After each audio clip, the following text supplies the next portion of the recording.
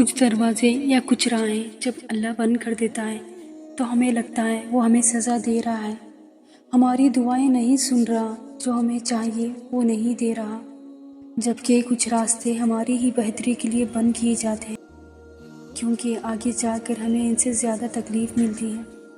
یہ سزا نہیں ہے بلکہ اللہ کی محبت ہے، اللہ کی حفاظت ہے، کیونکہ وہ ہمیں مسلسل تکلیف میں نہیں دیکھ سکتا۔ ہمارے فیصلے ہماری چاہت کے مطابق ہوتے ہیں، جبکہ اللہ کے فیصلے ہماری بہتری اور ضرورت کے مطابق ہوتے ہیں، لیکن ہم یہ بات اکثر بھول جاتے ہیں۔ وہ سنتا ہے اور جانتا بھی ہے، کیونکہ وہ سمیع البصیر ہے۔ اللہ تعالیٰ اپنے بندوں سے بے حد محبت فرماتے ہیں، خاص طور پر جب بندہ گناہوں پر نادم ہو کر یا کسی تکلیف میں اللہ کے حضور رو کر دعا کرتا ہے تو یہ اللہ تعالیٰ کو بہت پسند آتا ہے۔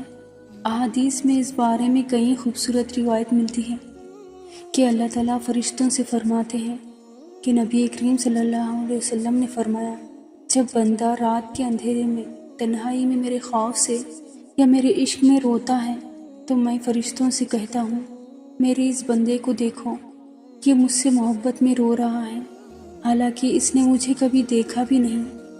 گواہ رہو میں نے اس کے تمام گناہ معاف کر دیے۔ اور ایک جگہ پہ حدیث قدسی میں آتا ہے کہ اللہ تعالیٰ فرماتے ہیں، میرے فرشتوں، میرے اس بندے کو دیکھو، یہ میری رحمت کی امید میں اور میرے عذاب کے خوف سے رو رہا ہے، میں تمہیں گواہ بناتا ہوں کہ میں نے اسے بخش دیا ہے۔ اور ایک جگہ نبی کریم صلی اللہ علیہ وسلم نے فرمایا، وہ شخص جو تنہائی میں اللہ کو یاد کرے اور اس کی آنکھوں سے آنسو نکل آئے، قیامت کے دن اللہ تعالیٰ اسے اپنے عرش کے سائے میں جگہ دے گا۔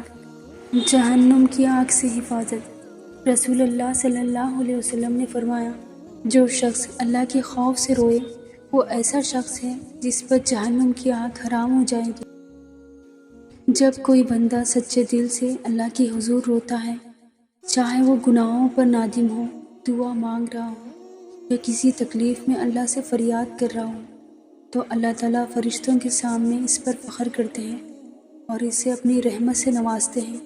اسی لیے اگر آپ بار بار اللہ کے حضور روتے ہیں تو یہ ایمان کی علامت ہے اور اللہ کی رحمت آپ پر نازل ہو رہی ہے۔ اللہ کی رحمت ہر چیز پر حاوی ہے، اور جو سچے دل سے اللہ سے دعا مانگتا ہے اللہ اسے اپنی رحمت سے محروم نہیں رکھتا۔ اللہ ہم سب پر اپنی رحمت نازل فرمائے اور ہمیں دنیا و آخرت میں کامیابی عطا کرے، آمین۔ اگر آپ بھی اللہ کے قریب ہونا چاہتے ہیں تو تہجد کو اپنی زندگی کا حصہ بنائیں۔ مزید روحانی ویڈیوز کے لیے ہمارے چینل کو سبسکرائب کریں۔ جزاک اللہ۔